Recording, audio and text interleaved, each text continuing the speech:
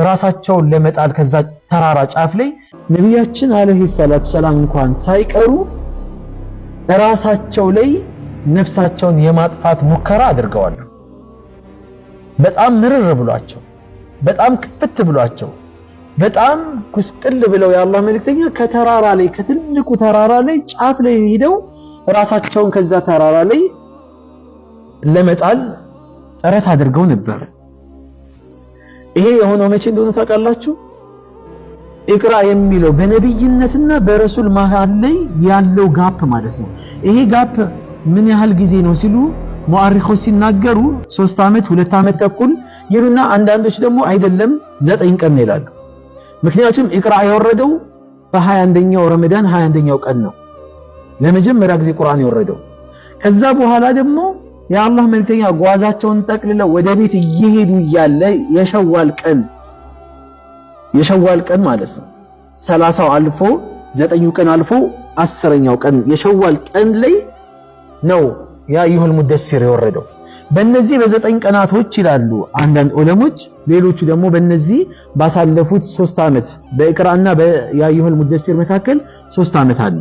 በሁለቱ ዓመት መካከል የአላህ መልእክተኛ መጀመሪያ ላይ ወህዩ ከወረደ በኋላ ኸዲጃም ካጽናናቻቸው በኋላ ከተረጋጉ በኋላ ከዛ ወህዩ ተቋረጠ ለረጅም ጊዜ ይላሉ ዑለሞች።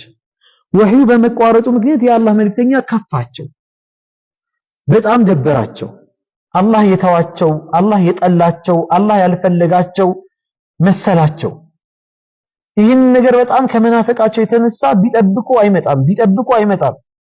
መጨረሻ ላይ የተራራው ጫፍ ላይ ወጡና የአላህ መልእክተኛ ራሳቸውን ለመጣል ልክ ሊጥሉ ሲሞክሩ ያ ሙሐመድ የሚል ጥሪ ሰሙ። አንተ ሙሐመድ ሆይ የሚል ጥሪ ሰሙ። ማንም የሌለበት ቦታ ላይ ነው። ከዛ ወደ ላይ ሳይ ምንም ነገር፣ ወደ ቀኝ ሳይ ምንም ነገር የለም፣ ወደ ግራ ሳይ ምንም ነገር የለም ማለት፣ ወደ ፊትም ሳይ ምንም ነገር የለም፣ ወደ ኋላም ሳይ ምንም ነገር የለም፣ የሚታይ አካል ምንም ነገር የለም። አይ ጭንቅላቴን ከፍ አድርጌ ወደ ሰማይ ሳንጋጥጥ ይሃ የዛኔ ኢቅራ ብሎ ጨብጦ የያዘኝ አካልን የሚመስል በሰማይና በምድር መካከል በጣም የሚያምር ኩርሲይ ላይ ወንበር ላይ ተቀምጦ አየሁት። አሁን ላይ ነብይ ከሆኑ በኋላ ሲናገሩ ጅብሪል ነው አሉ። ከዛ በኋላ ጅብሪል መጥቶ ታው ካለኝ በኋላ ካስጣለኝ በኋላ አያ ይዞ ወረደ። ያ አዩሀል ሙደሲር ቁም ፈአንዚር ወረበከ ፈከብር ወሲያበከ ፈጠሂር ወሩጅዘ ፈህጁር ወላ ተምኑን ተስተክሲር ወሊረቢከ ፈስቢር የሚለው የቁርአን አንቀጽ ወረደ። ከዛ በኋላ ثم تتابع الوحي ከዛ በኋላ ወህዩ ሳይቋረጥ እርስ ላይ በላይ መደራረብ ጀመረ ብለው ያነሳሉ።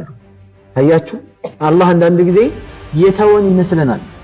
በተለይ ከብዙ ችግሮች በኋላ ከብዙ መጎሳቆሎች በኋላ ከብዙ መከፋቶች በኋላ